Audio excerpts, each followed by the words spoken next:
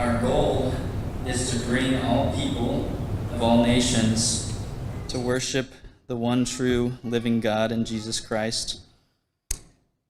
Firstly, because that's what we were made to do and is ultimately what all of us are seeking for, the satisfaction and the joy that comes from knowing and worshiping him.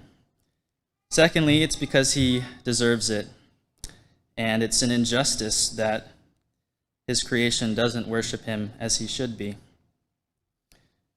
And we're not just talking about an external worship. This is a type of worship that encompasses one's whole life in their innermost being, a worship of body and soul, a treasuring and valuing of Christ above everything and anything. That's our goal. If you haven't realized, this goal is totally impossible humanly. We more often than not fail at this mission in ourselves, much less reaching all people and all nations. Our goal is to bring people to love God more than money. And we know that's humanly impossible because Jesus said to the rich young ruler, how difficult it is for the rich to enter the kingdom. Indeed, it is impossible. But with God, nothing is impossible. Our goal is to bring people to repentance. And that is also humanly impossible, because 2 Timothy 2:25 says we should correct our opponents with gentleness, that God may perhaps grant them repentance, leading to a knowledge of the truth. Our goal is the new birth, to be born again. That is humanly impossible, because Jesus tells Nicodemus to be born again is like where the wind blows, goes where it wills. You don't know where it comes from or where it's going. So is everyone who's born of the Spirit. In this mission that's humanly impossible, what are we humans supposed to do? And working towards a goal where nothing can be achieved by mere human action, what action are we supposed to take? Steve talked about this in his last sermon in Mark 6.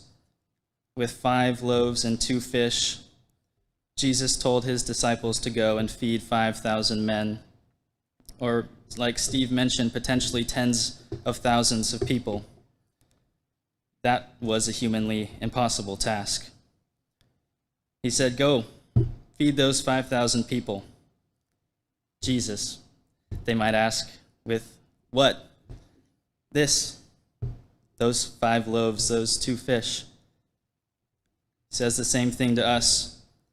Go, save the members in your family that don't know Jesus. Go save that Muslim family across the fence we just built. Go save the crowds of homeless and the drug addicted in downtown Houston. Go save the comfortably moral, secular people at your work who think they don't need Jesus in their lives. With what? What am I supposed to do? With what you have, what I gave you. The news of what I did. Acts 26:18, I'm sending you to open their eyes so that they may turn from darkness to light, from the power of Satan to God, that they may receive forgiveness of sins and a place among those who are sanctified by faith.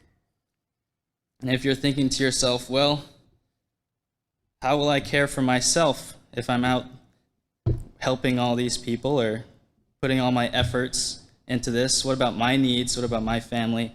What about me?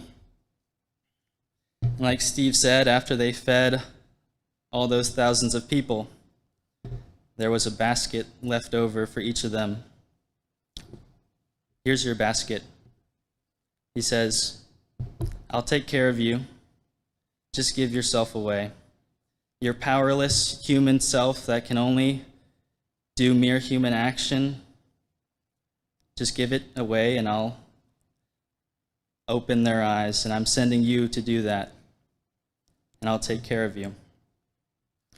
So if you need anything, any prayer, if you need to put on Christ in baptism, please come forward.